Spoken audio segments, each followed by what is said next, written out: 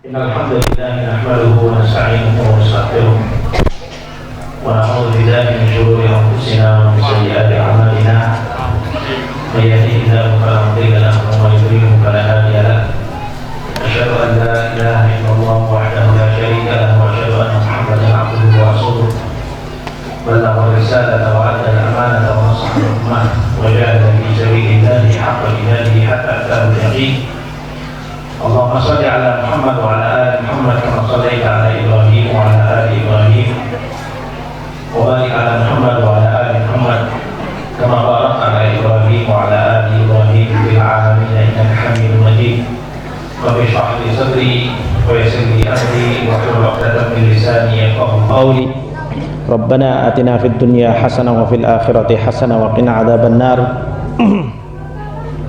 اللهم علمنا بما ينفعنا وانفعنا بما علمتنا وارحمنا إنك أنت أرحم الراحمين اللهم أرنا الحق حقا وارزقنا اتباعه وأرنا الباطل باطلا وارزقنا اجتنابه اللهم إنا نسألك حبك وحب من يحبك وحب عمل يقربنا إلى حبك اللهم اجعل حبك أحب إلينا من الماء البارد أما بعد.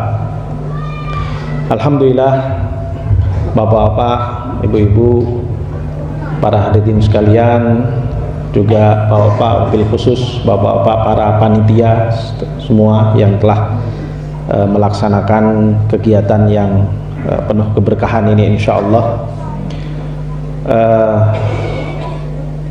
Alhamdulillah, kita bersyukur pada Allah Subhanahu wa taala di mana pada petang hari ini Allah Subhanahu wa taala memberikan kesempatan pada kita untuk bisa bertemu di salah satu daripada rumah Allah ini, tempat yang Allah Subhanahu wa taala berikan keberkahan.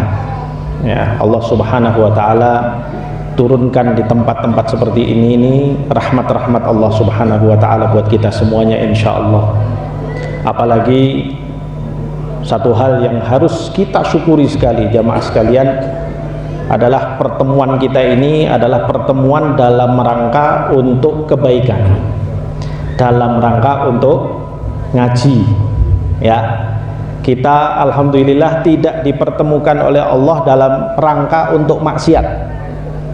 Ini sudah satu nikmat besar yang harus kita syukuri. Kita itu kalau bisa ditemukan dengan sesama kita, sesama orang-orang mukminin, sesama orang muslimin, sering dipertemukan dalam ketaatan kepada Allah Subhanahu wa taala, maka itu adalah nikmat yang harus kita syukuri. Makanya jamaah sekalian, Al-Imam Syafi'i rahimahullah itu pernah menyampaikan ya kepada kita sebuah pesan. Beliau mengatakan, apabila kamu memiliki teman yang selalu mengajak kamu untuk kebaikan-kebaikan, selalu mendukungmu dalam ketaatan kepada Allah, selalu mendorong kamu dalam rangka untuk amal soleh, maka pegang erat-erat teman itu, ya, pertahankan dia, ya, ukhuwahnya, persaudaraannya dijaga dengan sebaik-baiknya. Karena untuk mencari teman yang soleh, mencari teman yang baik itu sulit, kata beliau. Tetapi untuk mencari teman yang mengajak kepada maksiat itu gampang, itu mudah. Sedangkan kita kalau tidak berteman dengan orang soleh, maka pilihannya kita berteman dengan siapa? Pilihannya kita akan berteman dengan orang fasik, ya kan? Orang yang tidak taat sama Allah. Padahal kalau kita berteman dengan orang yang tidak taat sama Allah, kita pasti akan ketularan kefasikannya. Naudzubillah min dzalik. Ya, makanya kalau bisa ngumpul seperti ini, masya Allah. Ya, saya terus terang ini nggak nyangka. Ya, kemarin dari panitia menghubungi, katanya Ustadz acaranya di musola apa? Al-Ikhlas. Ya ini. Ternyata musolanya besar. Ini kalau di Solo masjid ini Pak. Musola, cuma bedanya nggak ada mimbarnya begini ya. Dan saya nggak nyangka ternyata di sini sudah nggak ada corona ya. Masya Allah gitu ya. Ini barokahnya orang-orang gunung ini, masya Allah ini ya. Masya Allah ya. Ini nikmat yang Allah Subhanahu wa Ta'ala berikan pada antum semua ya, masyarakat di Batur, di sekitarnya ini ya. Mudah-mudahan Allah Subhanahu wa Ta'ala berikan keberkahan buat antum semuanya ya. Diberikan kesehatan, diberikan barokah dalam rezekinya, dalam umurnya, keluarganya, semuanya insya Allah diberikan keberkahan ya. Kalau saya dari daerah Gunung Lawu Pak, lahirnya di Solo, tapi kami membuat pesantren sekarang aktivitas kami di Gunung Lawu. Jadi ini kita silaturahmi antar gunung ya, antar gunung gitu ya, dari gunung sana ke gunung sini. Dan subhanallah ya, masyarakat gunung itu tampaknya Allah Subhanahu wa Ta'ala memang inginkan kebaikan ya. Di Karanganyar sana ya, itu perkembangan pesantren-pesantren dan perkembangan dakwah di sana itu luar biasa sekali, alhamdulillah. Pesantren-pesantren tahfidzul Quran ya, pesantren-pesantren untuk anak-anak kita untuk mempelajari Al-Quran, menghafalnya, mempelajari tafsirnya dan seterusnya, menghafal hadis dan sebagainya. Itu masya Allah perkembangannya banyak sekali. Dan saya dengar juga di sini juga demikian ya, sini sudah mulai berkembang dan mudah-mudahan insya Allah juga akan berkembang, karena tempat-tempat apabila di situ banyak tempat-tempat yang dimana di situ dibahas atau dikaji tentang ayat-ayat Allah, maka berarti tempat itu akan menjadi tempat yang Allah turunkan rahmat padanya. Sebagaimana disebutkan oleh Rasulullah SAW di dalam sebuah haditsnya, beliau bersabda, "Ma ijtama'a qaumun fi baitin min buyutillah yatadarasuna fihi kitaballah illa nazalat alaihimus sakinah wa ghasyiyatuhumur rahmah wa dzakara wa ghasyiyatuhumur rahmah wa ghasyiyatuhumur rahmah wa nazalat alaihimus sakinah wa dzakarahumullahu fi man indah." Tidak berkumpul suatu sekelompok orang di salah satu daripada rumah-rumah Allah yang dimana mereka berkumpul itu dalam rangka untuk yatadarasuna fihi kitaballah, mengkaji tentang kitab-kitab Allah, mengkaji tentang ayat-ayat Allah, mengkaji tentang pemberitahuan-pemberitahuan dari Allah dan Rasulnya. Mereka berkumpul di sana, tidak berkumpul kaum itu kecuali, kata Rasulullah SAW, nazalat alaihimus sakinah, turun kepada mereka itu ketenangan, hatinya itu adem, tenang ya, karena kita bahas tentang ayat Allah, kita bahas tentang hadis Rasulullah yang memberikan busyra, memberikan kabar-kabar gembira, memberikan petunjuk-petunjuk kepada kita untuk menjalani kehidupan ini dengan sebaik-baiknya ya, memberikan penerang bagi jalan kita. Karena kalau kita ini dalam jalan kehidupan kita ini jamaah sekalian, kalau nggak diberi petunjuk oleh Allah Subhanahu wa Ta'ala, maka kita menjalani hidup ini dalam keadaan gelap ya, dalam keadaan gelap. Yang bimbing kita, kalau kita itu kalau nggak dibimbing oleh Al-Quran dan Sunnah Rasulullah dan tidak dibimbing oleh syariat Allah, hidup kita itu kita akan dibimbing oleh hawa nafsu kita ya. Makanya kehidupan kita akan menjadi kehidupan yang penuh dengan zalam, kegelapan. Hawa nafsu akan sangat mudah untuk dikendalikan oleh syaitan yang akhirnya kemudian menjerumuskan kita ke dalam dosa. Makanya alhamdulillah ya, malam ini kita berkumpul di sini, jumlahnya masya Allah ya. Tadi dari panitia saya dengar katanya antara 1000 sampai 1500. Loh, sudah isya Pak? Baru mulai ya? Gimana? Ya? Oh, adzan dulu nanti lanjut. Oh gitu. Oke, monggo kalau ada yang mau adzan. Yang muadzinnya mana? Baik, kita lanjut untuk sholatnya nanti ya. Ini sebelum saya lupa, Bapak dan Ibu-ibu sekalian, ini tadi menyampaikan salam dari Ustadz Abu Bakar Ba'asyir kepada antum semuanya, para jamaah. Nah, beliau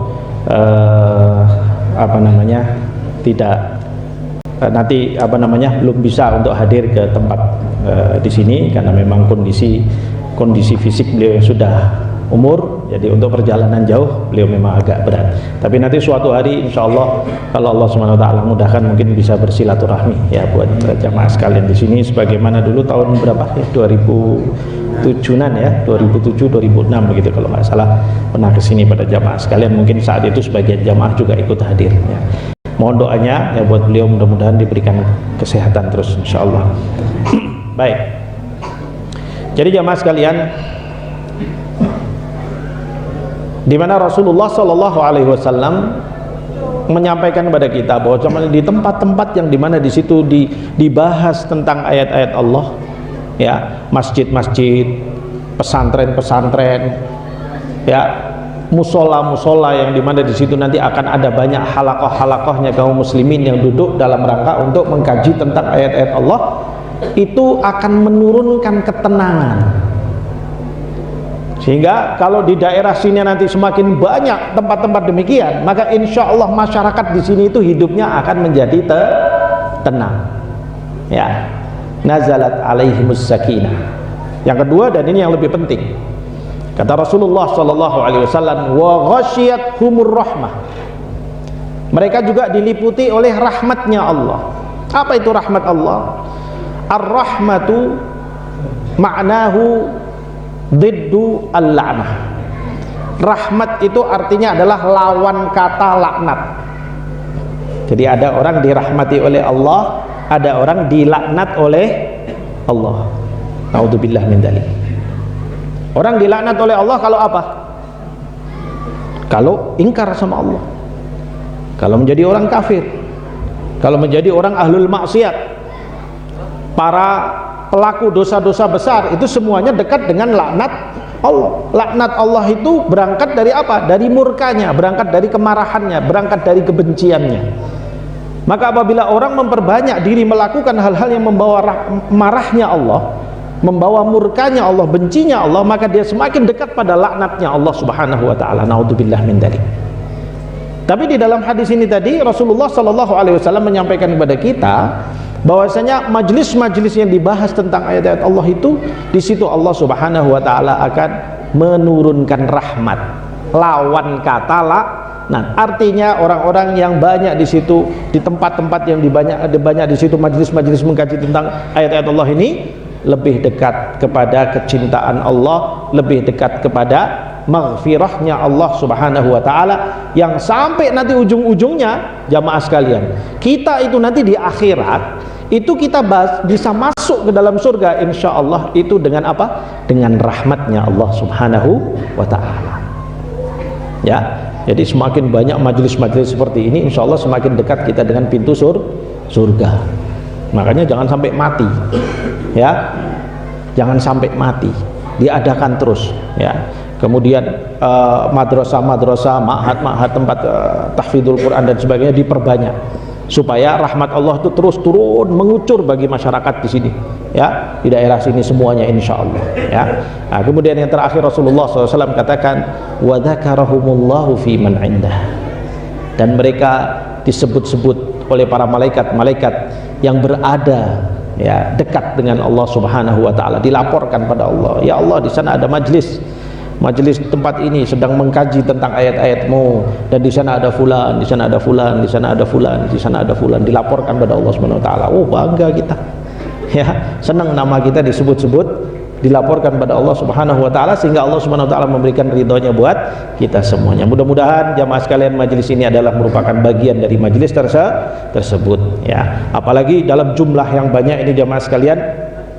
Di dalam sebuah hadis Rasulullah Sallallahu Alaihi Wasallam bersabda, al barakatu ma'al jamaah, ya, al barakatu ma'al jamaah, berkah itu akan turun, ya, bersama dengan banyaknya berkumpul. Jadi berkah itu apa? Berkah itu adalah kebaikan, ya, subutul khairi wazdiyadu, kebaikan yang terus bertambah, kebaikan yang kita dapatkan yang membawa pada kebaikan, itu namanya barokah. Makanya ada rezeki barokah. Rezeki barokah itu kalau rezekinya baik, sumbernya baik, lalu kemudian membawa kebaikan buat kita, ya, kita bisa gunakan itu untuk hal-hal yang mendekatkan diri kita kepada Allah.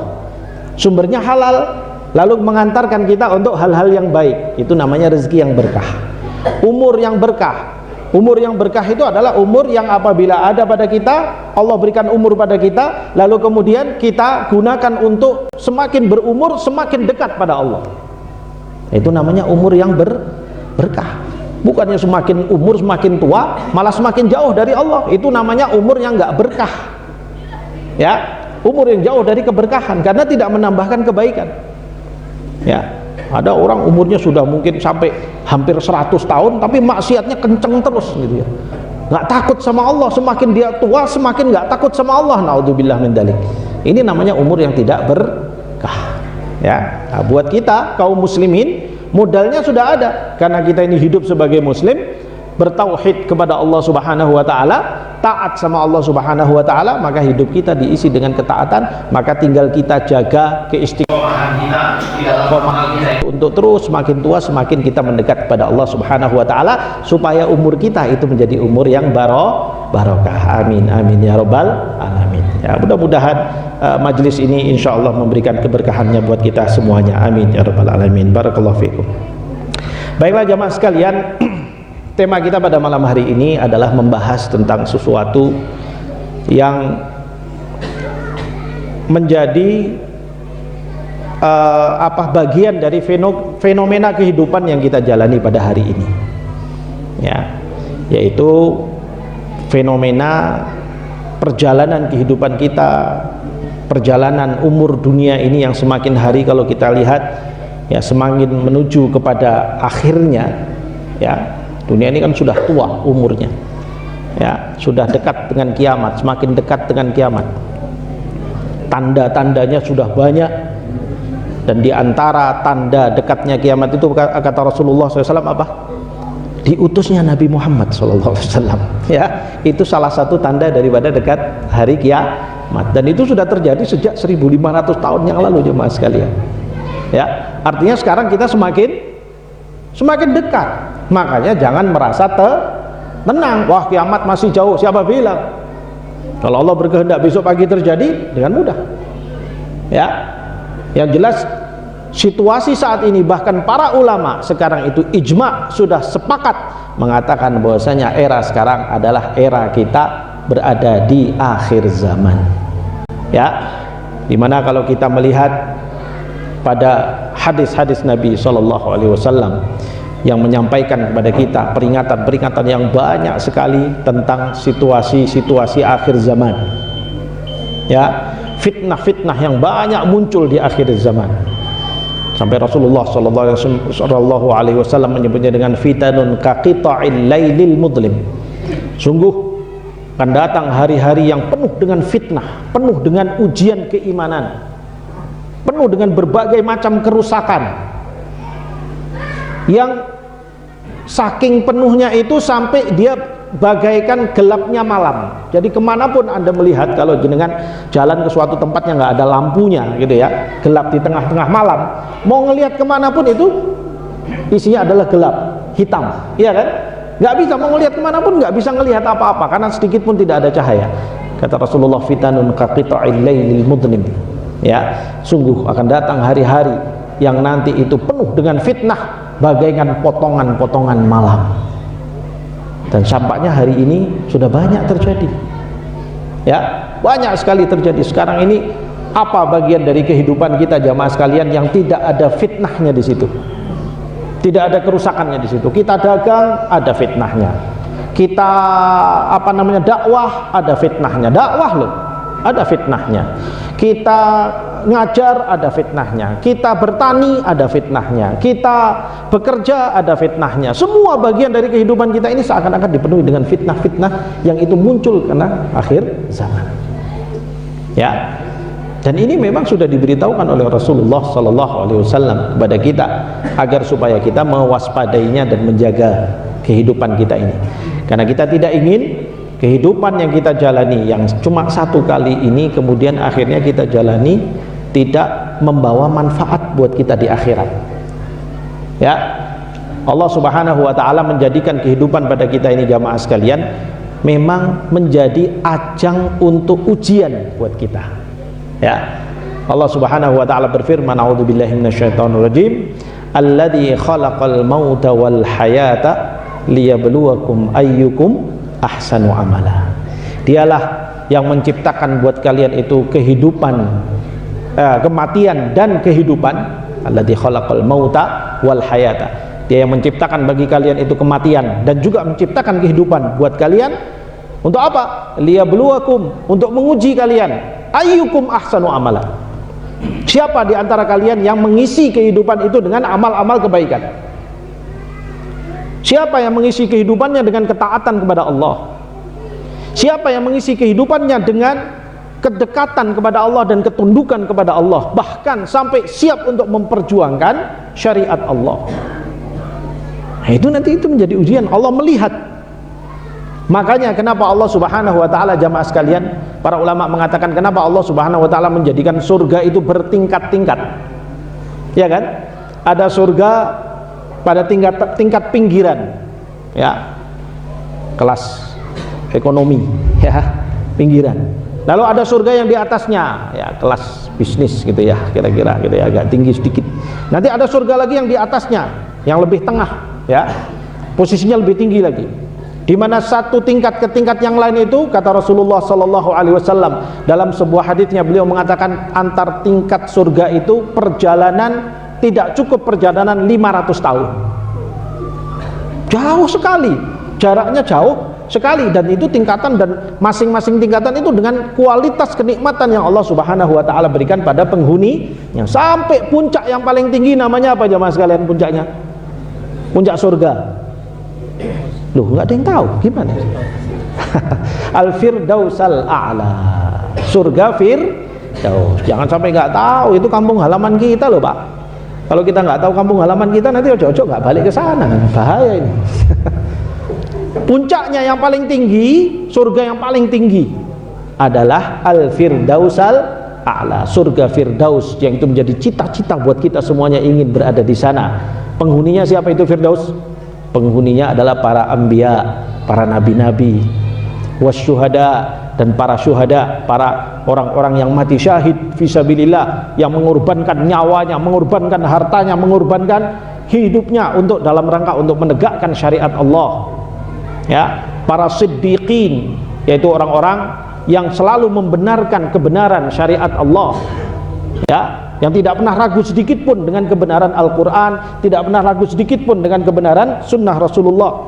Apalagi di era seperti sekarang, yang menjadi ujian buat kita sekarang ini adalah banyaknya syubuhat-syubuhat, banyaknya orang-orang yang sekarang melemparkan syubuhat dan hal-hal yang menjadikan orang itu ragu, ya, untuk menerima kebenaran Islam. Al-Quran dibilang sudah nggak sesuai zaman sekarang lah, ya. Al-Quran dibilang itu untuk, ya, itu kan kitab 1500 tahun yang lalu. Sekarang mah sudah harus ada penyesuaian, ya, modernisasi. Dikiranya Allah nggak tahu tentang zaman modern nanti gitu. Dia mau mengatakan dirinya lebih modern dari Allah Subhanahu wa ta'ala, ya, sehingga orang dibikin ragu terhadap kebenaran Al-Quran, ya. Kalau kemudian orang sudah ragu terhadap kebenaran Al-Quran, apa yang sekarang mau dipertahankan di hadapan Allah? Nah, makanya perlu kita yakin dengan kebenaran Al-Quran, yakin benar, dan itu menjadi bagian dari keimanan kita kepada Allah Subhanahu wa ta'ala, bahkan termasuk yang paling mendasar, ya.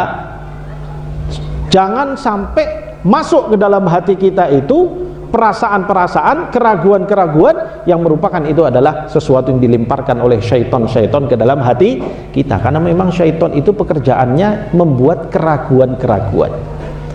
Allah SWT berfirman di surat An-Nas yang insya Allah semua kita hafal, alladzi yuwaswisu fi sudurin nas minal jinnati wan nas, yaitu Allah di awal berbicara tentang syaitan, ya kan, berlindung pada Allah dari godaan syaitan, yang bagaimana kalau Allah menceritakan, yaitu syaitan-syaitan yang selalu menimpakan atau memasukkan keraguan-keraguan, wiswas di dalam dada-dada manusia, ya, yaitu syaitan minal jinnati wan nas, dari kalangan jin dan manusia. Makanya syaitan itu ada dari kalangan jin dan ada manusia. Ya, hati-hati. Ya, setan manusia bisa jadi lebih banyak kan itu. Ya. Dalam surat Al-An'am Allah Subhanahu wa taala firmankan, "Wa kadzalika ja'alna likulli nabiyyin aduwwan syayatinal insi wal jinni yuhi ba'dhum ila ba'din zukhrufal qawli ghurura." Dan begitulah kami jadikan pada setiap nabi itu musuh-musuh dari kalangan syaitan, jin dan manusia. Nah, Allah katakan begitu. Syaitan, jin dan manusia. Apa yang mereka lakukan? Allah katakan apa? Yuhi ba'duhum ila ba'din zukhrufal qawli ghurura. Mereka saling membisik-bisikkan, saling memasuk-masukkan sebagian mereka kepada sebagian yang lain, ucapan-ucapan yang seakan-akan indah, seakan-akan bagus, seakan-akan ucapan yang menarik, tapi semua itu apa? Ghurura. Apa itu ghurura? Artinya menipu. Ya, hati-hati. Dan sekarang ini sudah banyak sekali jamaah sekalian. Syaitan tidak akan pernah ridho, tidak akan pernah rela kalau kita bisa memenangkan surga. Mereka bekerja keras siang malam tanpa henti untuk membelokkan kita dari jalan surga. Kita diplesetkan sehingga kita keluar dari jalur surga. Ya, inna syaitana kana lakum aduwwun fattakhiduhu aduwa. Sungguhnya syaitan itu bagi kalian adalah musuh, maka jadikanlah dia sebagai musuhmu. Itu pesan Allah pada kita, itu perintah Allah pada kita. Jangan setan dianggap teman. Kalau dianggap teman, keblasok kita nanti, Pak. Ya, innama yad'u hizbahu liyakunu min ashabis sa'ir. Sungguhnya dia bekerja keras, dia ada kelompoknya bekerja keras untuk memasukkan kamu ke dalam untuk menjadi penghuni as-sa'ir, penghuni neraka sa'ir, neraka yang menyala-nyala. Itu yang diinginkan oleh syaitan dari kita. Pokoknya kita nggak boleh masuk surga. Ya, ini ceritanya panjang.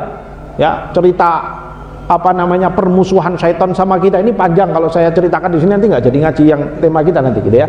Tapi Allah Subhanahu wa taala menceritakan itu di dalam Al-Qur'an, di antara surat Al-A'raf, surat Ibrahim, ya. Allah menceritakan tentang itu, atau nanti suatu hari insyaallah ada majelis atau ustaz yang lain nanti bisa menceritakan. Yang jelas jamaah sekalian, syaitan tidak pernah ridho dengan kita. Maka dari itu kita harus waspada. Ya. Kita yang bercita-cita masuk surga tiba-tiba dibelokkan oleh mereka.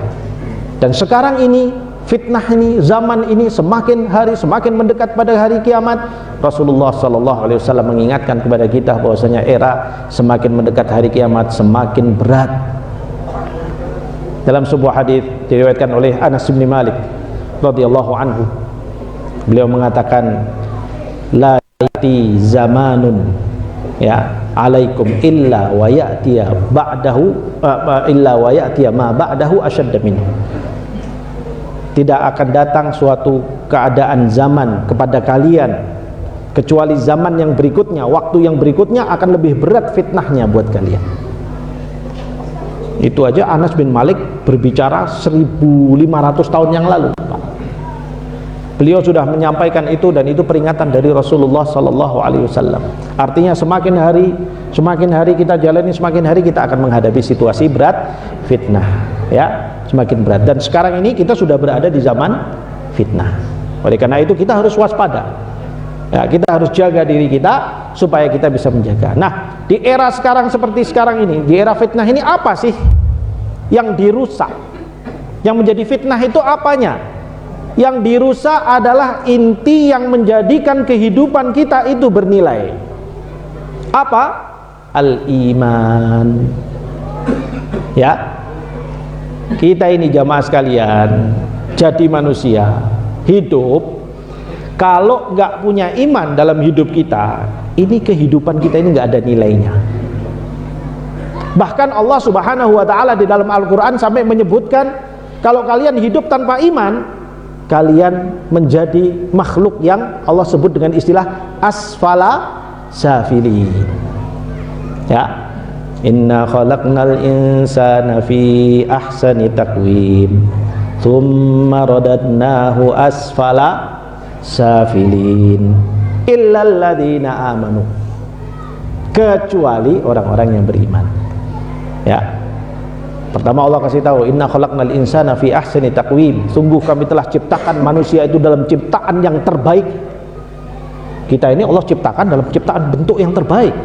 Nggak ada makhluk Allah yang lebih baik dari kita, dari manusia.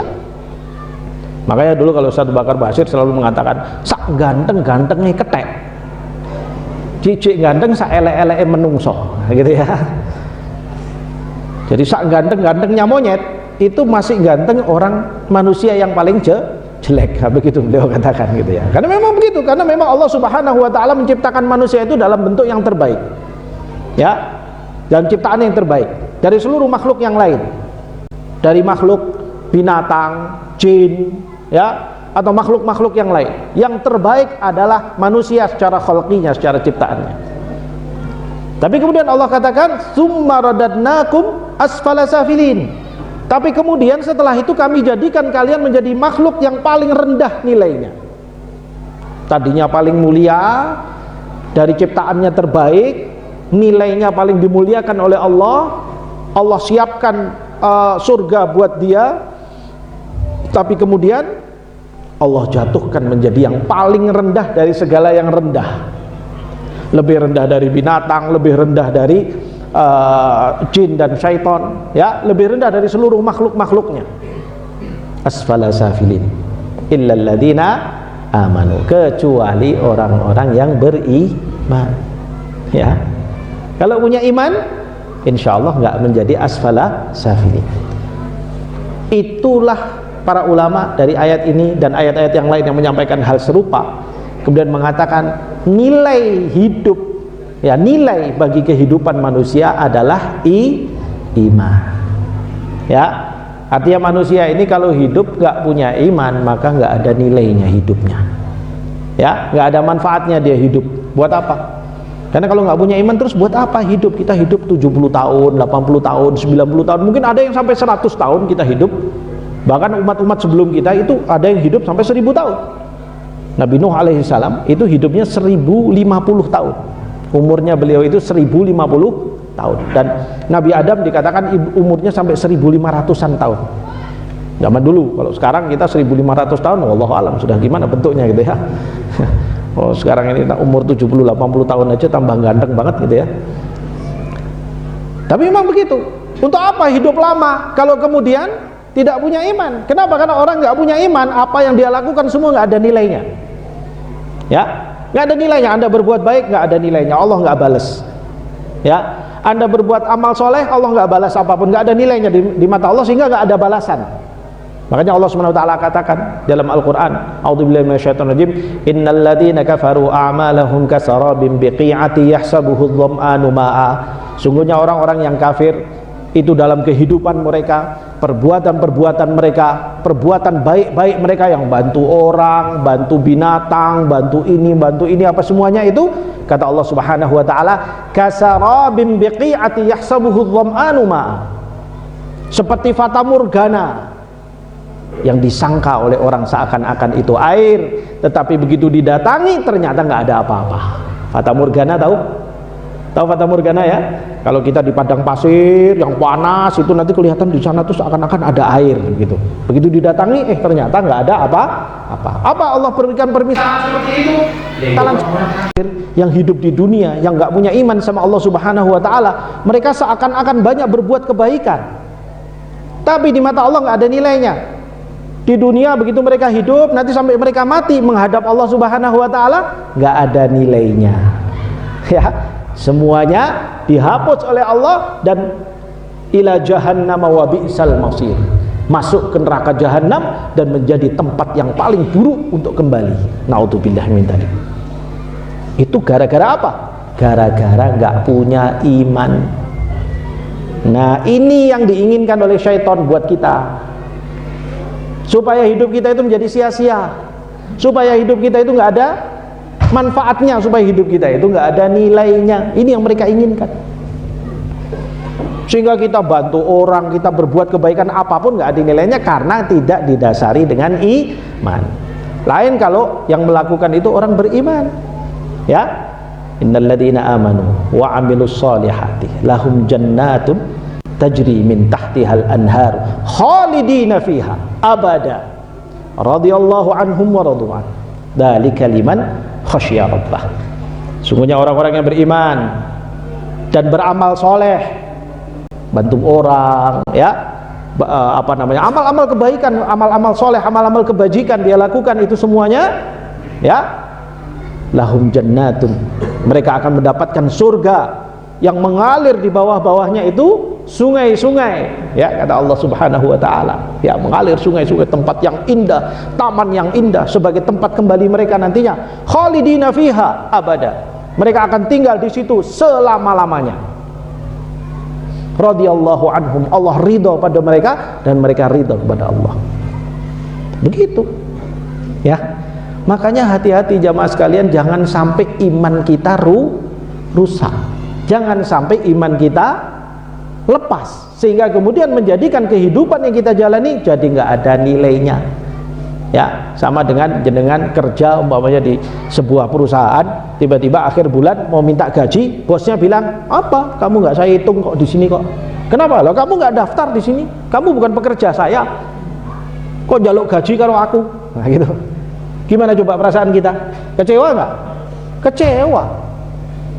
Nah begitulah kira-kira kita merasa di dunia merasa sebagai hamba Allah, ya, tapi ternyata imannya sudah rusak, terbawa dengan fitnah akhir zaman, dengan macam-macam syubhat dan sebagainya ini, ya, yang nanti akan kita sebutkan faktor-faktor penyebabnya, ya. Lalu kemudian akhirnya imannya menjadi rusak, kembali kepada Allah ketika minta, ya Allah dulu aku begini, ya berikan padaku surga. Allah bilang, lah semua itu hanya fata morgana. Kenapa? Imanmu batal kat biar-biar.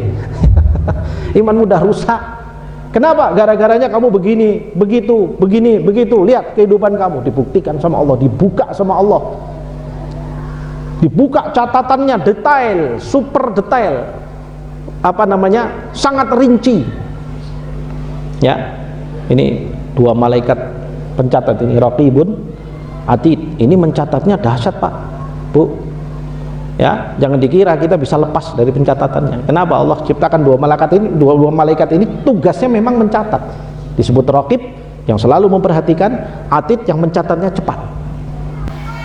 Makanya Al-Quran menceritakan, ya, orang-orang kafir itu nanti ketika menghadap Allah yaumul hisab, ketika dihisab, ya, orang-orang kafir itu ketika dibukakan bukunya, loh kok lengkap banget, jam sekian hari ini, tanggal sekian, jam sekian sampai jam sekian, ya, semua catatan kamu gini, melakukan begini dosa, rapotnya merah semua.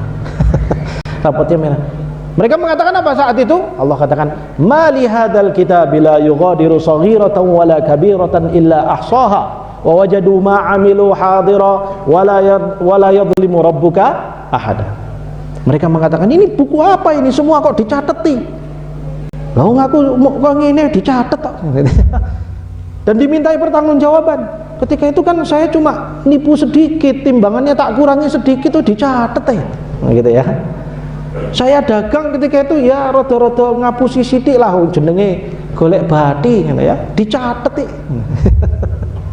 Semua la yughadiru saghiratan wala kabirah.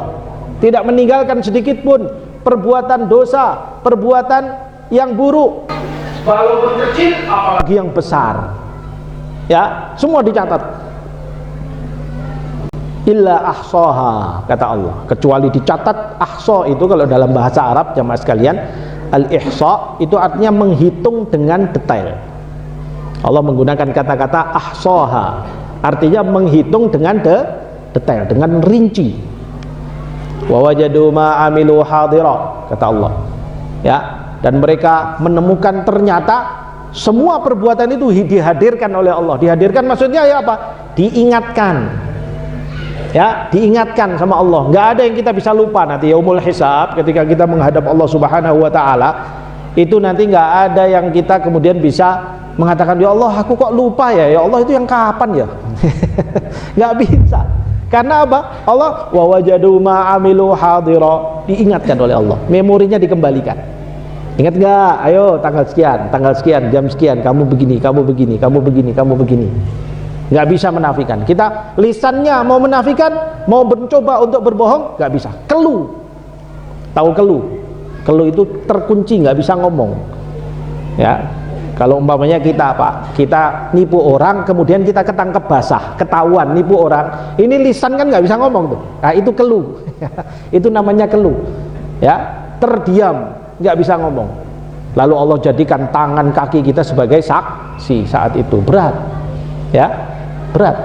Sehingga di hadapan Allah apa yang kita lakukan tidak ada nilainya. Itu yang diinginkan oleh syaitan pada kita. Oleh karena itu jamaah sekalian, perlu untuk kita tahu sekarang tentang apa yang membuat kehidupan kita, iman kita itu jangan sampai rusak, apalagi kita berada di akhir zaman. Tapi untuk tahu itu kita harus tahu faktor-faktor perusaknya apa, ya, supaya kita bisa menghindarinya, supaya kita bisa mewaspadainya, supaya kita bisa menjaga diri kita supaya kita tidak terjerumus kepadanya. Wallahu a'lam bishawab. Ya. Baik, kita ambil dahulu. Ada faktor pertama, dan ini yang paling penting untuk kita fahami. Faktor rusaknya iman orang di akhir zaman, ya. Faktor rusaknya sehingga membawa kepada akhlak. Oh ya, saya mungkin perlu terangkan dahulu hubungan antara iman dan akhlak. Ya. Iman dan akhlak itu berhubungan erat, Pak, Bu sekalian. Kenapa? Karena Rasulullah Shallallahu Alaihi Wasallam bersabda di dalam sebuah hadits, ya, akmalul mu'minina imanan ahsanuhum khuluqa. Sesungguhnya orang yang paling sempurnanya, seorang yang paling sempurna imannya adalah orang yang akhlaknya paling baik. Nah, hadis ini diriwayatkan oleh Imam Muslim, Bukhari dan Muslim bahkan, dan ini hadis sahih. Ya. Sehingga dari sini, hadis ini kita tahu, oh berarti iman dan akhlak itu adalah perilaku kita, ya, perilaku kita dalam keseharian kita, bermuamalah dengan orang, ya, kita ngobrol dengan orang, bagaimana sikap kita, ketemu sama orang, bagaimana wajahnya, merengut atau senyum, itu akhlak, ya. Dagang kita jujur atau ngapusi, nah itu akhlak. Sama orang tua kita, apakah berbakti atau durhaka, itu akhlak. Dan itu menjadi bagian dari ajaran dinul Islam. Makanya di dalam Islam ada ajaran-ajaran untuk itu. Dagang harus jujur, ketemu teman harus wajahnya berseri-seri. Nah, itu diajarkan oleh Rasulullah. Ya, sama orang tua harus berbakti, itu akhlak, diajarkan semuanya. Dan itu menjadi hal yang selalu membersamai. Orang kalau akhlaknya buruk, pertanda bahwasanya imannya lemah. Akhlaknya buruk berarti imannya rusak. Orang yang imannya kuat pasti akhlaknya baik. Nah, ini sudah seperti dua wajah dari satu mata uang. Nah, begitu ya orang bilang. Dua muka dari satu mata uang, hal yang sama. Iman dan akhlak sesuatu yang selalu mutalaziman, sesuatu yang selalu membersamai. Gak bisa orang bilang, oh akhlak sama iman itu beda. Enggak, itu terkait. Orang akhlaknya baik karena imannya baik, ya. Orang jujur dalam dagang karena dia tahu, dia punya iman sama Allah, dia yakin Allah tahu dalam dagangnya dia harus jujur. Kalau dia bohong, Allah tahu, nanti Allah catat, nanti dihisab, nanti apalah, itulah iman, ya. Sehingga mendorong dia untuk jujur dalam perdagangannya, dalam muamalahnya dan sebagainya, ya. Nah, itu iman. Makanya iman dan akhlak itu menjadi sesuatu yang membersamai. Maka kalau iman di era sekarang ini rusak, tidak heran kalau kita hari-hari ini melihat akhlak yang juga rusak, ya, moral yang bejat. Karena apa? Karena lemahnya iman, ya. Sehingga menjadikan orang tidak punya iman pada Allah Subhanahu wa taala, atau iman hanya di mulut, ya, lip service, ya, lip service, apa istilahnya itu, omong doang gitu ya, NATO, no action talk only, nah, gitu istilahnya, no action talk only, nggak kerja omong banyak gitu ya, ngomong tok. Coba kalau bahasa Jawanya omong tok gitu ya. Ngaku-ngaku beriman tapi akhlaknya buruk, nggak mungkin, ketahuan sudah, ya. Makanya hati-hati. Maka kita waspadai, mau akhlak kita baik, jaga akhlak kita supaya kita selamat di hadapan Allah Subhanahu wa taala, maka jagalah imannya, ya. Dan hati-hati kita dengan faktor merusak.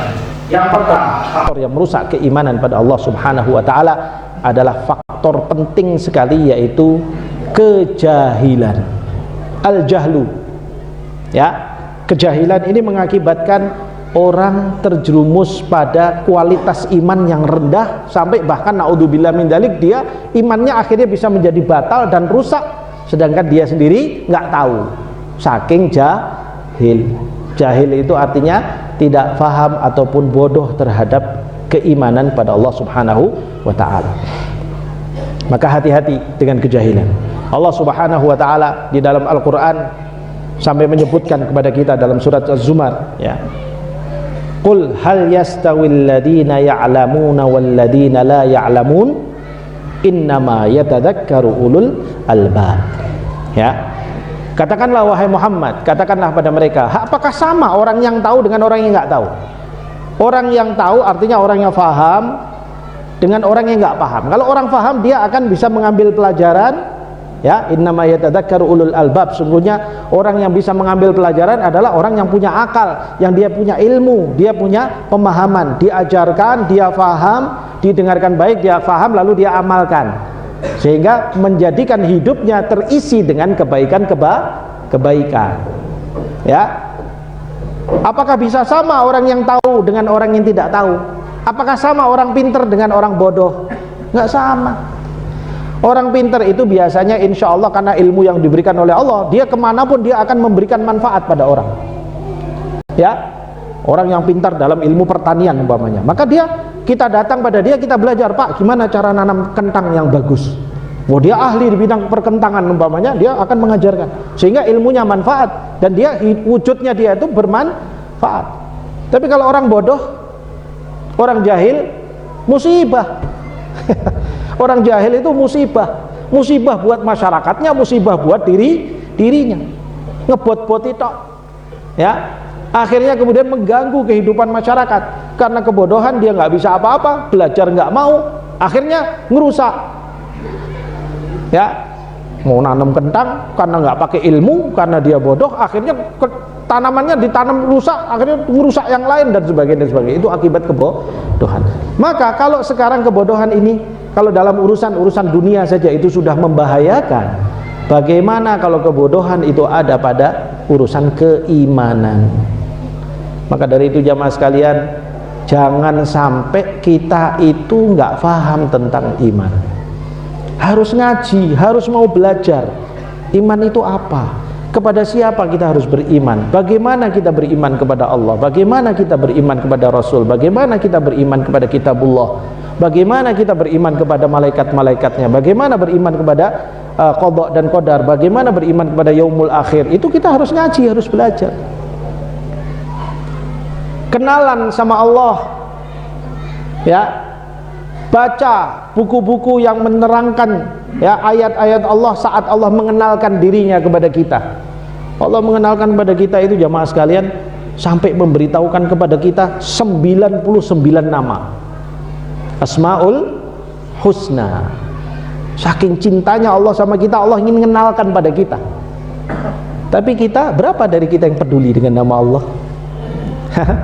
Ada nggak dari kita yang selama ini memberikan perhatian satu persatu nama-nama Allah itu, supaya kita kenal sama Allah? Allah apa namanya? Ar-Rahman, Ar-Rahim, Al-Malik, Al-Quddus, Al-Jabbar, Al-Mutakabbir, ila akhiri 99. Ya, berapa dari kita yang mengkajinya? Makanya penting untuk kita mengkaji. Ada kajian di mana nanti ada ustadz mungkin mengajar kepada kita tentang Asmaul Husna. Jangan sampai tidak datang. Saya ingin kenal sama Allah. Kenapa? Karena saya harus kenal sama Rabbku. Saya harus kenal kepada Tuhanku. Saya harus kenal kepada Dia. Aku kembali nanti. Jangan sampai aku nggak kenal sama Dia. Karena kalau kita nggak kenal sama Allah, maka kita nggak mungkin cinta sama Allah. Kalau kita nggak cinta sama Allah, akhirnya kita sama Allah itu, kalau istilah anak muda sekarang, jadi EGP. Emang gua pikirin, nah gitu ya. Nggak peduli sama Allah, nggak ada semangat untuk beramal soleh. Akhirnya hidupnya dipenuhi dengan kendali dari hawa nafsu. Nggak takut sama Allah karena dia nggak kenal. Ternyata Allah itu memiliki nama dan sifat apa? Syadidul iqab. Sangat keras siksanya. Ya. Oh, saya kenalnya cuma Allah itu Maha Pengampun. Akhirnya merasa aman, ya maksiat, oh gak apa-apa, diampuni sama Allah Subhanahu wa taala. Apa-apa diampuni, merasa aman dari murkanya Allah. Wah, bahaya itu. Karena hanya mengenal Allah hanya beberapa nama, tidak mau mengenal nama-nama yang lain. Supaya kita lebih kenal sama Allah, maka kajilah. Jangan sampai kita jahil terkait dengan keimanan kita, jamaah sekalian. Dan kejahilan terhadap keimanan inilah yang saat ini sedang diupayakan oleh syaitan-syaitan dari kalangan jin dan manusia. Ya, jarang kita menemukan maunya di sekolahan ya yang negeri yang resmi. Sekarang bahkan sekolahan negeri itu pelajaran agama dicabut, iya kan? Pelajaran iman kepada Allah sudah tidak ada. Belajar di rumah aja, kalau belajar tentang iman di rumah saja. Ya, dianggap gak penting. Padahal buat apa Anda punya ilmu macam-macam? Anda jadi arsitek, Anda jadi dokter, Anda jadi apalah macam-macam, kalau nggak kenal sama Allah, biasanya ilmunya tidak akan membawa manfaat, tapi justru akan terbawa oleh hawa nafsunya yang kemudian membawa kerusakan. Coba virus corona itu sing nyiptakne sapa? Yang bikin? Oh Allah, ya benar, Allah Subhanahu wa taala. Tetapi hasil dari penelitian siapa? Ilmuwan yang nggak punya iman sama Allah, ilmuwan yang tidak tahu tentang amanah dia terhadap ilmu dia, nggak takut sama Allah karena dia nggak kenal sama Allah, maka diciptakan itu kuman itu, kemudian dia virus itu kemudian dia sebarkan kepada seluruh dunia, habislah kita. Untung di sini nggak ada corona. Nggak nyampe ke sini rupanya coronanya ya, dilindungi sama Allah ya. Masya Allah gitu ya. Kalau di Solo kita capek Pak ya. Mana-mana harus maskeran. Saya lihat di sini, wah saya asik juga ini bisa lepas masker gitu ya di sini. Ya, Masya Allah ya, dilindungi sama Allah. Tapi kerusakan itu terjadi di mana-mana gara-gara kelakuan orang punya ilmu tapi nggak punya iman. Itulah kenapa Allah jadikan orang kalau nggak punya iman itu sebagai asfala safilin, walaupun bentuknya dokter, profesor, wah kepalanya botak kempling. Nggak ada nilainya kalau nggak kenal sama Allah. Buat apa? Karena Allah ada pada setiap ciptaannya. Inna fi khalqis samawati wal ard wa ikhtilafil laili wan nahar la ayatin liulil albab. Sungguhnya pada penciptaan langit dan bumi dan pertukaran siang dan malam adalah tanda-tanda ya bagi orang-orang yang berakal, ada tanda-tanda kebesaran Allah di sana. Ya. Gitu, orang punya iman, orang yang diberikan basirah oleh Allah Subhanahu wa taala karena keimanannya, dia akan melihat, dia melihat gunung, dia mengenal Allah. Wah, maha besar Allah. Ya, dia melihat air, dia melihat Allah ada di sana. Maksudnya tanda-tanda kebesaran Allah. Dia melihat apapun semua mengembalikan dia untuk mengingat Allah, sehingga dia kembali bersyukur. Dia mau minum, dia lihat air, Masya Allah, ini air membuat dahaga saya hilang dan sebagainya, ini nikmat dari Allah. Apa? Dia minum dengan baca bismillah, lalu setelah itu dia baca apa? Alhamdulillah. Imannya yang mengajak dia untuk kembali kepada Allah, sehingga hidupnya bermanfaat. Lalu Allah ridha sama dia dengan itu, Allah kasih pahala sama dia, sehingga hidupnya menjadi berguna ya. Tapi kalau kita jahil, kalau kita nggak belajar, kalau kita nggak mau kenal sama Allah, nggak mau kenal sama Rasulullah, nggak pernah perhatian untuk belajar, untuk mengenal Allah Rasulnya, mengenal kitab Allah ya, mengakibatkan kita akhirnya nggak bisa mengenal Allah, nggak bisa untuk mensyukuri Allah karena kita nggak kenal sama dia, nggak cinta sama Allah, nggak bisa merasakan manisnya iman. Karena Rasulullah Sallallahu Alaihi Wasallam di dalam sebuah hadisnya pernah menyampaikan kepada kita apa? Salatun man kunna fihi wajada halawatal iman. Ada 3 hal yang apabila ada pada diri seseorang, maka dia akan merasakan manisnya iman, nikmat. Jadi orang beriman itu menjadi enak, nikmat. Wah, enak jadi orang beriman. Kalau ada 3 ini, apa? Yang pertama, ya,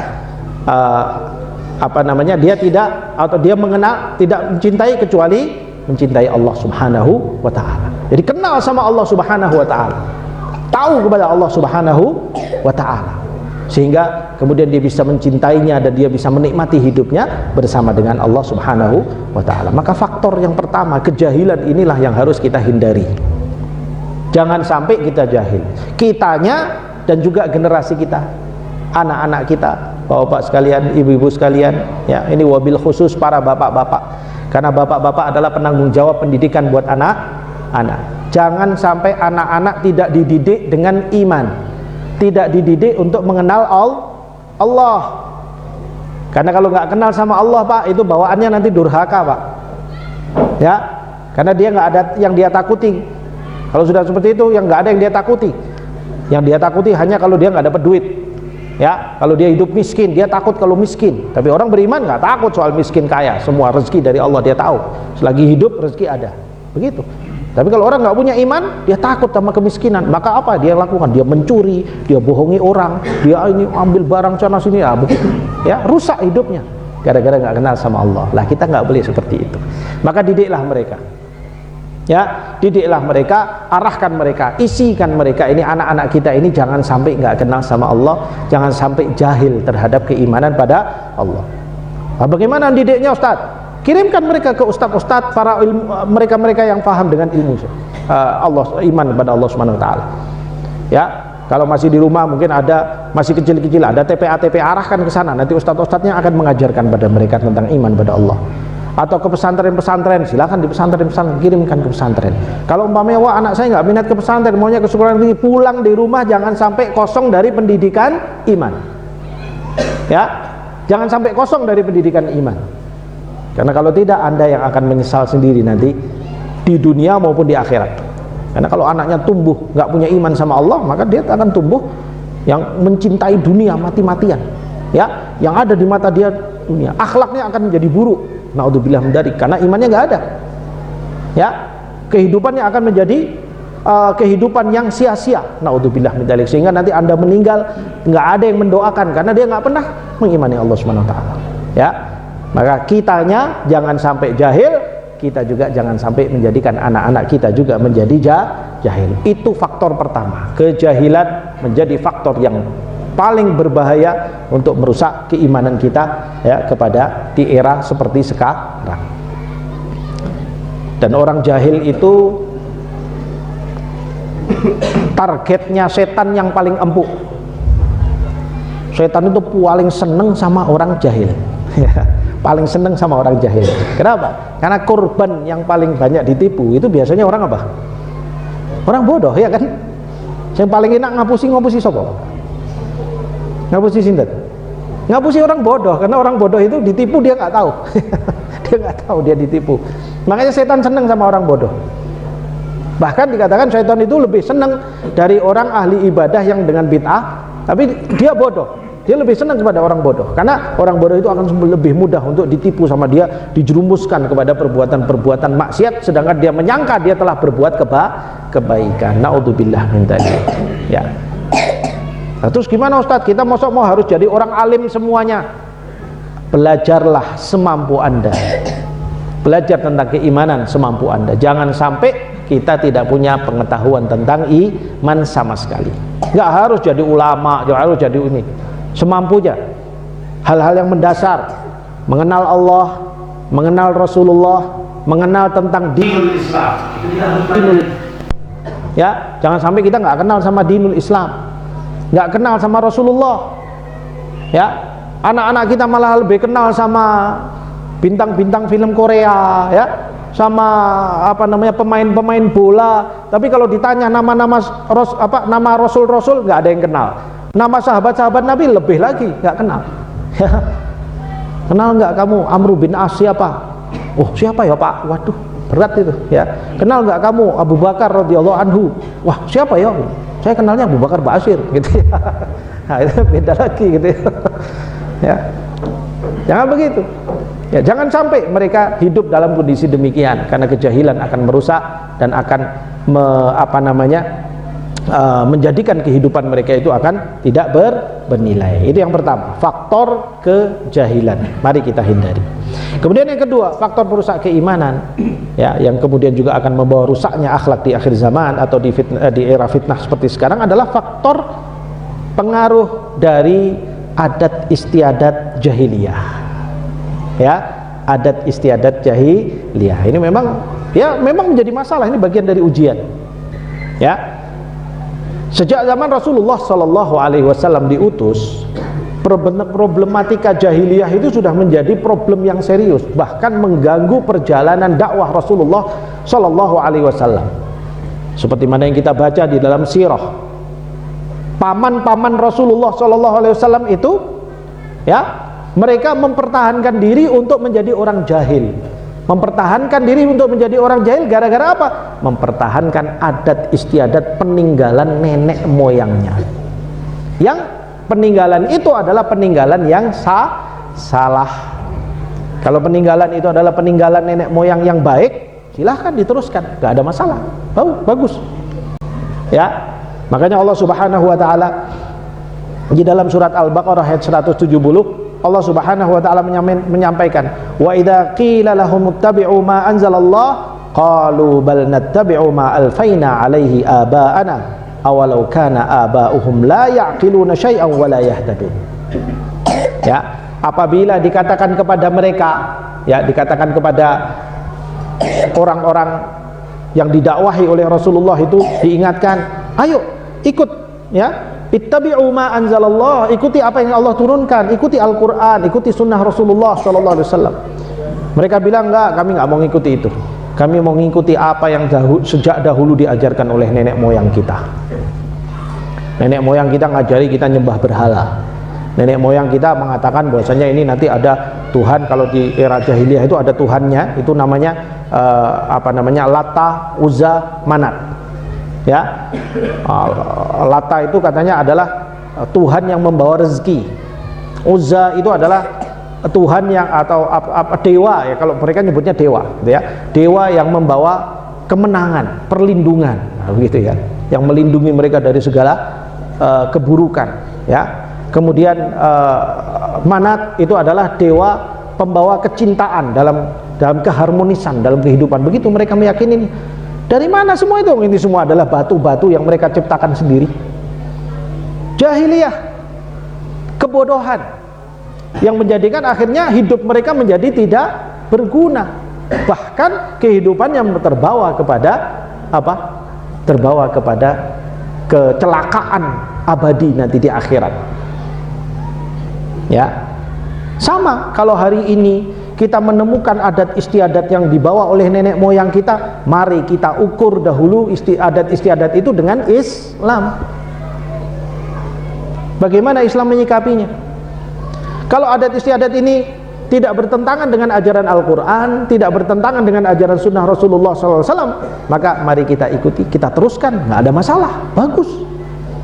Ya, berarti itu adalah sesuatu yang baik yang ditinggalkan oleh nenek moyang kita. Tapi kalau adat istiadatnya, ya, peninggalan nenek moyang kita itu mengajarkan kita kepada perbuatan syirik, mengajarkan kita kepada perbuatan-perbuatan buruk, maka iman kita akan rusak gara-gara kita mempertahankan hal-hal demikian. Makanya ini juga menjadi sarana yang akhirnya digunakan oleh syaitan untuk membelokkan iman orang beriman supaya dia terpleset kepada perbuatan-perbuatan yang dibenci oleh Allah Subhanahu wa ta'ala. Tadinya dia mau beriman, akhirnya terjerumus pada syirik, terjerumus kepada maksiat, terjerumus semua gara-gara dia mengikuti adat istiadat ataupun peninggalan ajaran-ajaran nenek moyangnya. Ya, maka hati-hati. Ya, kita mau menjalani semua itu, ayo kita ikuti dulu, pertahankan kejahiliahan.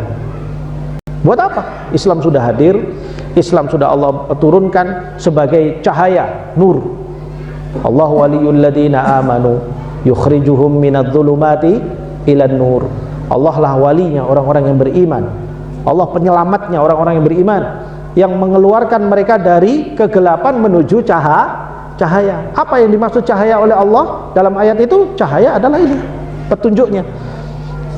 Yang dimaksud cahaya oleh Allah Subhanahu wa ta'ala adalah petunjuk kehidupan bagi manusia supaya mereka mengikuti syariatnya, mengikuti aturannya, mengikuti bimbingan Allah supaya kehidupannya menjadi kehidupan yang baik, yang membawa kepada maslahat, membawa kepada manfaat di dunia wal akhirah.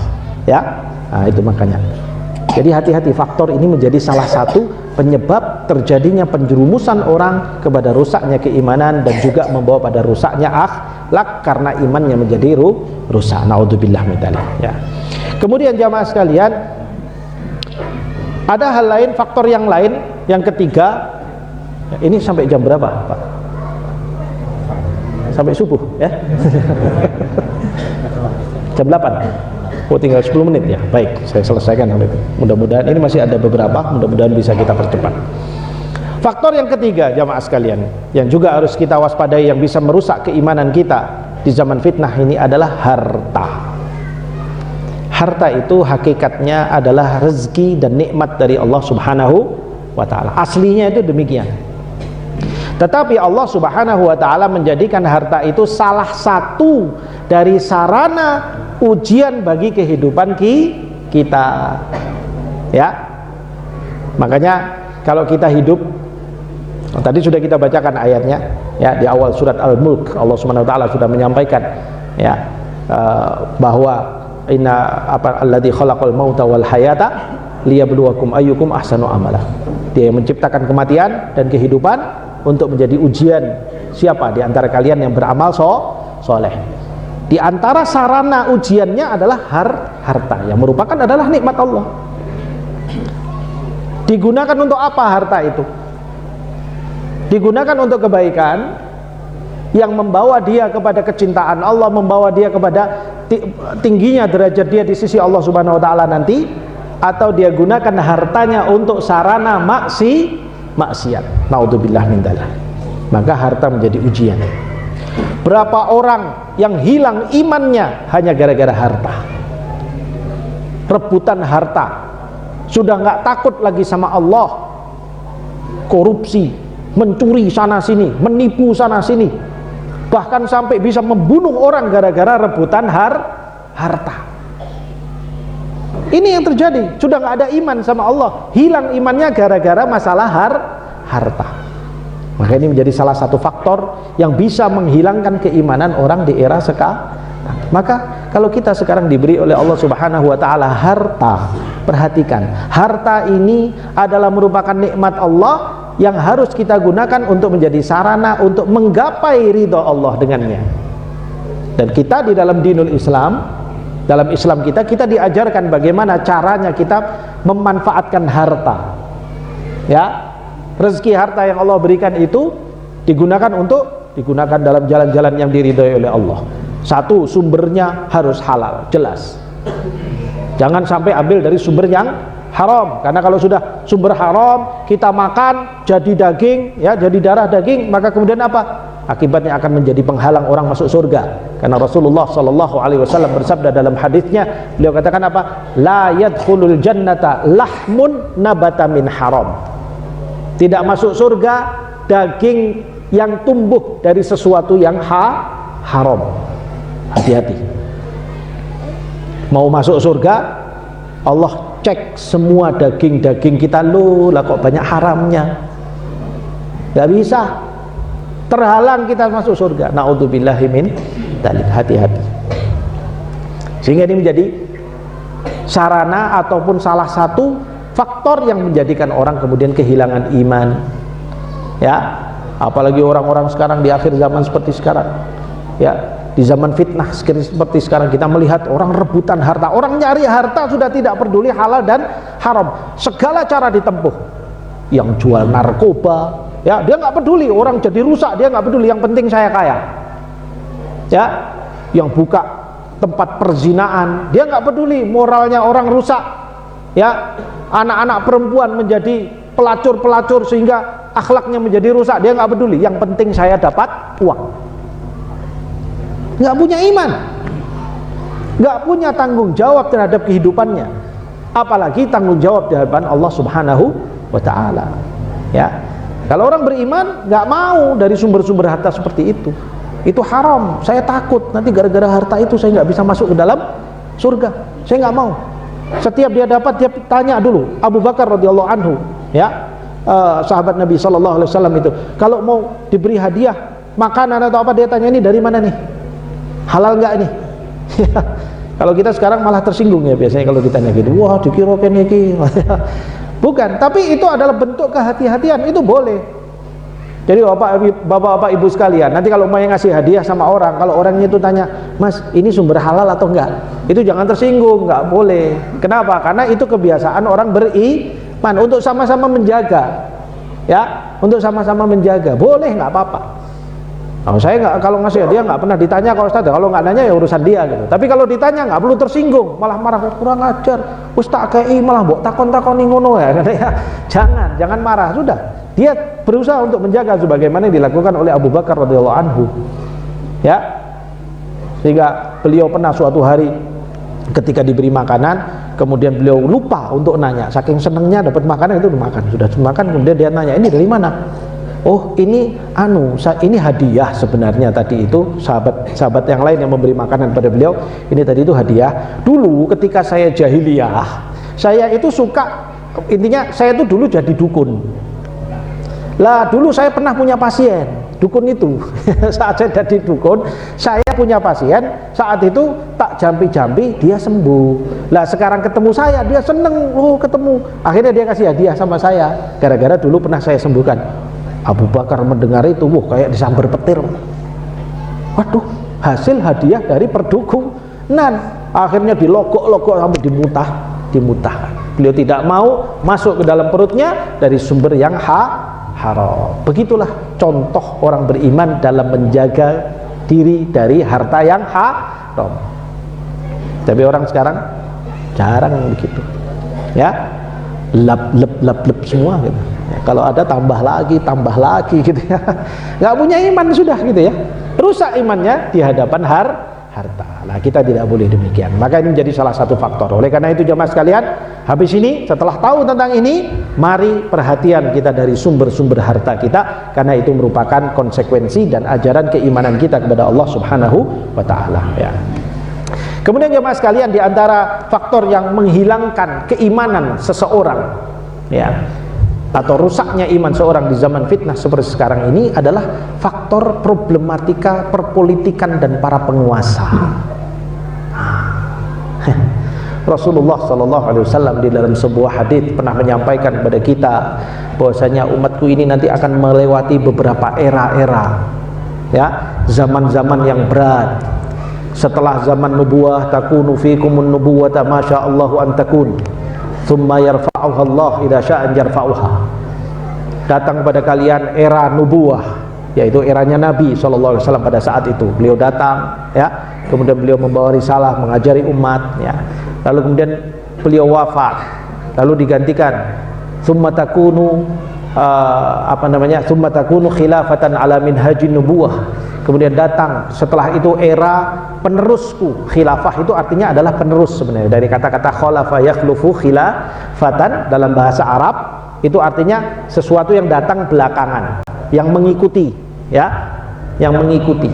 Maka disebut khilafatun nubuwah, khilafah ala minhajin nubuwah, khilafah yang datang belakangan setelah atau mengikuti manhajnya Nabi. Nah, begitu namanya. Itu Nabi yang nyebut itu, ya. Kemudian summa yarfa'uha idza syaa'a yarfa. Kemudian era itu akan berakhir. Kemudian akan datang era berikutnya, summa takunu mulkan 'adhan. So akan datang era berikutnya adalah raja-raja, penguasa-penguasa yang 'adhan itu artinya yang menggigit, memaksakan, menggigit, mencekik rakyatnya sendiri, yaitu raja-raja yang saat itu mengatasnamakan Islam, tetapi rakyatnya dipaksa dengan sesuatu yang menjadi hawa nafsunya para raja. Dan itu terjadi bahkan di era-era yang mereka mengaku sebagai khalifah, tetapi sebenarnya mereka sudah tidak lagi di atas manhaj Nabi, seperti era Bani Umayyah, Bani Abbasiyah dan sebagainya. Itu di era-era itu, ya, terjadi banyak sekali raja-raja yang dia punya keyakinan-keyakinan yang aneh, yang tidak benar, lalu dia paksakan rakyatnya untuk meyakini, ya, seperti Khalifah Al-Ma'mun yang dia memiliki keyakinan bahwasanya Al-Quran itu adalah makhluk. Al-Quran itu makhluk Allah, padahal Rasulullah bilang apa? Al-Quran itu bukan makhluk, Al-Quran itu adalah kalamullah, ya, kalamullah, kalamnya Allah, bukan makhluk, ya. Makanya kita boleh minta perlindungan dengan menggunakan ayat-ayat Allah, ya enggak? Kita kan diajari oleh Nabi, Anda kalau mau ingin dilindungi dari gangguan syaitan, Apa caranya? Baca ayat kursi setiap pagi dan sore. Ya enggak? Nah, ini berapa nih dari kita yang amalkan itu? Zikir pagi dan sore, di situ nanti ada ayat kursi yang kita baca. Ya, ayat kursi itu fungsinya diantaranya apa? Kata Rasulullah, melindungi kita dari godaan syaitan. Nah, kalau Al-Quran itu makhluk, nggak boleh kita minta perlindungan sama makhluk. Syirik lah. Iya kan? Makanya Al-Quran itu bukan makhluk. Al-Quran itu kalamullah. Makanya boleh kita minta perlindungan melalui menggunakan ayat-ayat Allah, dan perlindungannya itu dari Allah Subhanahu wa ta'ala, karena ayat Allah itu adalah kalamnya Allah. Tapi Al-Ma'mun saat itu mengatakan, enggak, Al-Quran itu makhluk. Siapa yang tidak sama dengan saya, tak penjoro. Wah, gitu saat itu. Sampai diantara yang terkena fitnah itu, diantaranya saat itu adalah Imam Ahmad Ibnu Hanbal. Ya, beliau saat itu dengan tegas mengatakan, tidak, Al-Quran itu bukan makhluk, Al-Quran adalah kalamullah. Wah, ditangkap, disiksa. Ini imam besar loh, ini ulama besar, disiksa habis-habisan. Ya, tapi beliau tetap ya tegas dan tegar. Nah, begitulah ya. Ini ujian. Jadi penguasa bisa menghilangkan keimanan rakyatnya kalau penguasanya tidak beriman kepada Allah. Ini faktor. Makanya harus hati-hati ketika kita memiliki penguasa yang tidak beriman pada Allah Subhanahu wa ta'ala, yang tidak mau tunduk pada syariat Allah. Maka kita harus memiliki kekuatan untuk mempertahankan keimanan kita. Jangan sampai terbawa dengan kehendak-kehendaknya, yang kemudian akhirnya keimanan kita akan terbawa bersama dengan zaman fitnah. Na'udzubillah min dzalik. Ya, kalau Allah Subhanahu wa ta'ala berkehendak suatu hari penguasa itu akan dihilangkan oleh Allah Subhanahu wa ta'ala, siapapun penguasanya. Wa tilkal ayyamu nudawiluha bainan nas. Ya, dan itulah hari-hari yang akan kami putar di antara umat manusia. Ada yang di atas, sekali di atas, pasti suatu hari dia akan di bawah. Ya, tenang aja. Ya, Allah tidak akan membiarkan. Ya, tidak akan membiarkan makhluk-makhluknya yang ingkar kepada Allah mendolimi hamba-hambanya yang taat kepada Allah Subhanahu wa ta'ala. Ya, sambil berbanyak doa, orang kita pertahankan keimanan kita, minta sama Allah Subhanahu wa ta'ala supaya Allah hadirkan kepada kita ini pemerintah-pemerintah, penguasa-penguasa yang mereka itu taat kepada Allah Subhanahu wa ta'ala. Ya, doakan itu penguasanya juga supaya diberi hidayah oleh Allah. Ya, kalau tidak dia tidak mau hidayah sama Allah, ya doakan supaya dia dihancurkan oleh Allah Subhanahu wa ta'ala. Didoakan hidayah nggak mau kok. Ya, kalau datang hidayah pada dia, maka dia akan berubah, dia akan membawa kebaikan buat kita. Tapi kalau didoakan hidayah tidak mau, ya mudah-mudahan diganti oleh Allah Subhanahu wa ta'ala, dan Allah maha mampu untuk menggantinya. Begitulah kondisi orang beriman. Ya, jadi penguasa juga bisa menjadi faktor yang bisa merusak keimanan di era fitnah. Ya, kemudian jamaah sekalian, tinggal 2 poin, ya saya ringkas ini, karena sudah jam 8, tapi minta tambahan sedikit waktunya biar selesai. Faktor lain yang merusak iman adalah faktor pendidikan.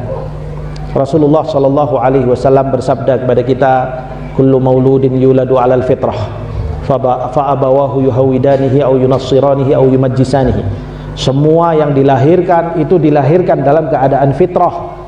Fitrah itu artinya masih mengimani Allah Subhanahu wa ta'ala. Aslinya kita ini diciptakan sudah terinstal di dalam jiwa kita. Ketika lahir itu, bayi seperti ini, ya, anak-anak kecil ini, fitrahnya itu mengakui la ilaha illallah. Ya, tapi nanti setelah dia hidup menjadi dewasa, orang tuanya lah yang mendidik dia, ya kan? Fa abawahu, kedua orang tuanya, yuhawidanihi, menjadikan dia Yahudi, au yunassiranihi, atau menjadikan dia Nasrani, au yumajjisanihi, atau menjadikan dia Majusi, penyembah api. Ya, baik penyembah yang Yahudi, Nasrani, dia mensyirikan Allah Subhanahu wa ta'ala, atau mensyirikan Allah dengan api. Artinya apa? Pengaruh dari pendidikan yang difasilitaskan oleh orang tuanya. Maka hati-hati. Makanya kalau kita mendidik anak kita, pilihlah tempat pendidikan yang seperti yang tadi di awal kita katakan, tempat yang mengenalkan anak-anak kita kepada la ilaha illallah. Didik kepada mereka untuk kenal sama Allah. Kenalkan pada guru-guru yang selalu mengajak anak-anak ini untuk ketika dia melihat ciptaan-ciptaan Allah, dia belajar ilmu-ilmu alam umpamanya, dan kemudian diarahkan semua ini adalah ciptaan Allah. Bersyukurlah pada Allah, taatlah pada Allah. Apa yang kau pelajari dari fenomena-fenomena alam ini semua adalah kehendaknya Allah. Jangan sampai kita salah didik. Kita kirim anak kita belajar ke universitas yang ngajar orang-orang kafir, nggak punya iman sama Allah. Katanya belajar ilmu alam, belajar geologi, belajar ilmu laut, belajar ilmu astronomi dan sebagainya. Semakin pinter, semakin ingkar, semakin angkuh sama Allah Subhanahu wa taala. Kan banyak itu ilmuwan-ilmuwan yang akhirnya ateis. Tahu ateis nggak jemaah sekalian? Ateis itu nggak punya nggak percaya sama Tuhan. Alam ini nggak ada Tuhan. Ini namanya kebelasuk. Ya, Allah katakan yang bisa tahu ada Allah dalam alam semesta ini adalah orang yang punya akal. Dia lihat nggak mungkin alam semesta ini wujud kalau nggak ada yang mewujudkan. Tapi kalau kita tanya sama orang ateis, orang yang nggak percaya sama Tuhan, lah terus menurutmu alam semesta ini jadi dari mana? Dia bilang, ya ini terjadi dengan kebetulan. Kebetulan aja jadi begitu. Emang kebetulan tuh bentuknya apa sih? Ya kebetulan. Ya kebetulan itu bentuknya apa? Tidak adalah sesuatu yang nggak bentuk kok bisa menjadikan sesuatu yang wujud. Nggak masuk akal. Akalmu nggak dipakai, tapi keblinger, gitu ya. Jangan sampai begitu. Makanya jangan sampai salah memilih guru buat anak-anak kita. Kenalkan anak-anak kita pada guru-guru, doktor-doktor, profesor-profesor yang tahu tentang Allah, yang bisa menjadi sarana kepada anak-anak kita untuk mengenal Allah.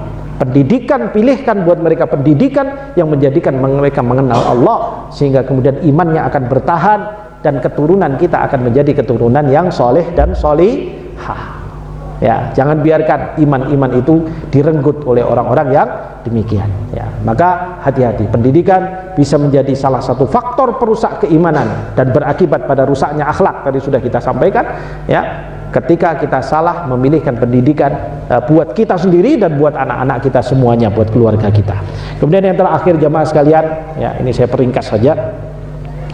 Faktor ini menjadi faktor yang juga penting adalah faktor rusaknya iman itu gara-gara faktor pergaulan. Ya, pergaulan. Nah, ini juga menjadi masalah. Ya, Rasulullah SAW dalam sebuah hadis beliau bersabda, "Ar-rajulu ala dini khalilihi." Ar-rajulu ala dini khalilihi. Agama seseorang itu adalah seperti mana bagaimana temannya. Kalau ngumpulnya dia, bergaulnya dia dengan orang-orang fasik, temennya adalah orang-orang fasik, nggak mau taat sama Allah, berarti sebenarnya dia adalah orang fasik. Karena orang mukmin yang taat sama Allah itu biasanya nggak kerasan temenan sama orang fasik. Karena teman ini akan punya pengaruh besar. Bergaul itu, kita kalau salah memilih pergaulan, itu mengakibatkan kita akan terjerumus pada keburukan. Kalau teman kita orang beriman, insya Allah kita akan jadi orang beriman. Saya kasih contoh. Kalau kita berteman dengan orang-orang yang taat sama Allah, orang-orang yang soleh, ya, begitu dengan adzan, Allahu Akbar, semuanya berangkat ke masjid, sholat, gitu ya, bareng-bareng semuanya jamaah di masjid. Kalau kita ngumpul sama mereka, mereka semua berangkat ke masjid, kita nggak ke masjid sendiri, malu nggak? Malu, iya kan? Apalagi kalau teman-temannya itu adalah orang-orang yang soleh, yang perhatian. Loh, kamu kenapa nggak ke masjid? Kami ke masjid, kenapa kamu nggak ke masjid? Nah begitu, kita akan malu. Orang semua ke masjid, sholat, taat, kitanya nggak sendiri. Tapi sebaliknya, kalau teman kita adalah orang-orang yang tidak soleh, kita tok yang orang soleh, ya, nggak mau sholat teman-temannya, ya, nggak perhatian sama urusan agama, nggak perhatian apa dan sebagainya. Ketika dengar adzan, kita mau berangkat ke masjid saja diolok-olok sama mereka, ya, walah nggak usah soalim lah, dadak masjid-masjid barang, sholat begini aja, gitu ya. Mereka kan begitu biasanya. Akibatnya kita mau ke masjid malah jadi malu, pekewoh sama temennya. Itu bisa terjadi. Kenapa? Gara-gara salah memilih teman. Ini sebagai contoh. Inilah yang dimaksud oleh Rasulullah SAW dalam haditsnya, ar-rajulu ala dini khalilihi. Agama seseorang itu kembali bagaimana teman-temannya. Kalau dia ngumpul dengan orang-orang soleh, insya Allah dia adalah orang soleh. Kalau dia ngumpul dengan orang-orang yang ahli maksiat dan dia kerasan dengan itu, dan dia berteman dengan mereka dengan baik, lama dia bertahan dengan itu, berarti dia adalah orang-orang yang sama dengan mereka. Loh Ustadz, bagaimana kalau umpamanya kita inginnya dakwah, kita berteman dengan orang begitu untuk menarik mereka, mendakwahi mereka. Lah itu nanti ada kondisi khusus. Biasanya nanti akan terlihat pertemanannya itu nanti ada sebatas untuk mengajak dia untuk menjadi soleh. Kalau dia sudah jadi soleh, maka barulah menjadi teman yang baik. Ya, makanya pergaulan ini menjadi rusak, menjadi salah satu faktor untuk kemudian bisa menjadikan iman seseorang itu menjadi rusak, menjadi hilang, ya, menjadi menjadi rusak gara-gara dia salah memilih pergaulan. Berapa anak-anak muda kita, ya, anak-anak kecil kita bahkan hari ini, ya, apalagi sekarang ini jamaah sekalian, sarana pergaulan dengan HP ini, ya, internet yang sekarang ini menjadikan pergaulan ini semakin luas. Ya, hati-hati. Kelihatannya anak kita di rumah, tapi ternyata dia nyambung dengan temannya yang di Korea. Nyambung sama bintang film Korea, gitu ya. Bintang film di Amerika, nyambung dengan mana lagi yang di Rusia, dari mana? Kelihatannya di kamar, rumahnya di Batur sini, tapi nyambungnya ke seluruh dunia. Kita nggak tahu, tiba-tiba ternyata dirusak melalui jalur ini. Salah pergaulan. Kenapa kok anak saya ini kalau dijak sholat males? Kenapa anak saya ini kok cenderungnya durhaka? Kenapa anak saya ini kok nggak mau baca Quran, nggak mau ini, nggak mau taat sama Allah, nggak tunduk sama syariat Allah dan sebagainya? Kenapa? Ternyata dia terlalu banyak melihat gaya-gaya hidup orang-orang yang fasik, orang-orang kafir. Tontonannya YouTube tiap hari joget-joget gini-gini gitu ya. Akhirnya dia terbiasa, jalannya juga melu joget-joget begini gitu ya. Ya, kemudian dia sibuk melihat tontonan-tontonan yang menjadikan mewarnai pikiran dia, mewarnai alur berpikir dia untuk kemudian dia menjadi jauh dari Allah dan Rasulnya. Ya. Nah, terus bagaimana Ustaz? Bagaimana? Kita nggak bisa. Silahkan dipilihkan. Kalau Anda mau memberikan fasilitas alat ini kepada anak Anda bertanggung jawab untuk bisa menyaringkan buat mereka. Kalau Anda merasa tidak sanggup, jangan dikasih, supaya imannya tidak rusak. Apalagi di masa-masa pertumbuhan, ya, masa-masa kecil, dia akan melihat itu dan akan menjadi suatu yang akan dia rekam. Alangkah baiknya kalau dia dibiasakan untuk melihat hal-hal yang baik. Ya, ini banyak orang tua sekarang ini nggak bisa bertanggung jawab soal itu. Anaknya ngerengek minta HP, dibelikan HP. Begitu dibelikan HP, minta pulsa untuk koneksi internet, dibelikan pulsa untuk koneksi internet. Habis itu tontonannya YouTube, ya, yang dilihat hal-hal yang tidak manfaat, yang dilihat hal-hal yang madorot. Akhirnya terwarnai pikirannya. Ya. Mulailah muncul benih-benih kefasikan, muncul benih-benih rusaknya keimanan, lemahnya keimanan, sehingga tidak taat sama Allah, jauh dari Al-Quran, ya, akibat dari masalah-masalah seperti ini. Maka jagalah pergaulan, ya, jangan cuma anak kitanya juga begitu, jamaah sekalian, karena ini menjadi salah satu faktor yang bisa merusak keimanan dan juga bisa merusak akhlak dan moral, yang karena tadi kita sebutkan iman dan akhlak itu menjadi sesuatu yang sama, sesuatu yang selalu membersamai, ya. Inilah beberapa faktor-faktor penting jamaah sekalian yang bisa kita perhatikan. Wallahu a'lam bishawab. Mudah-mudahan apa yang kita sampaikan ini memberikan pencerahan, ya, khususnya buat kita semuanya, dan mudah-mudahan Allah Subhanahu wa taala bisa melindungi kita dari segala keburukan yang muncul dari era-era zaman fitnah seperti sekarang kita ini.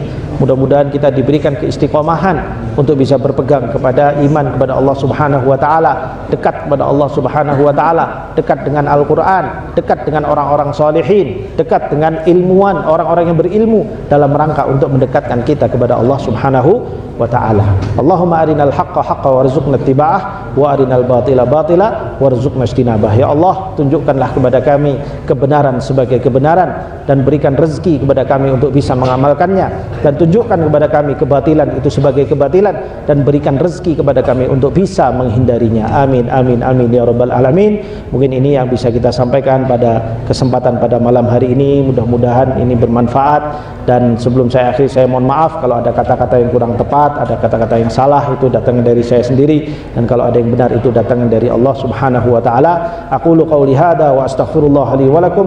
Wassalamualaikum warahmatullahi wabarakatuh.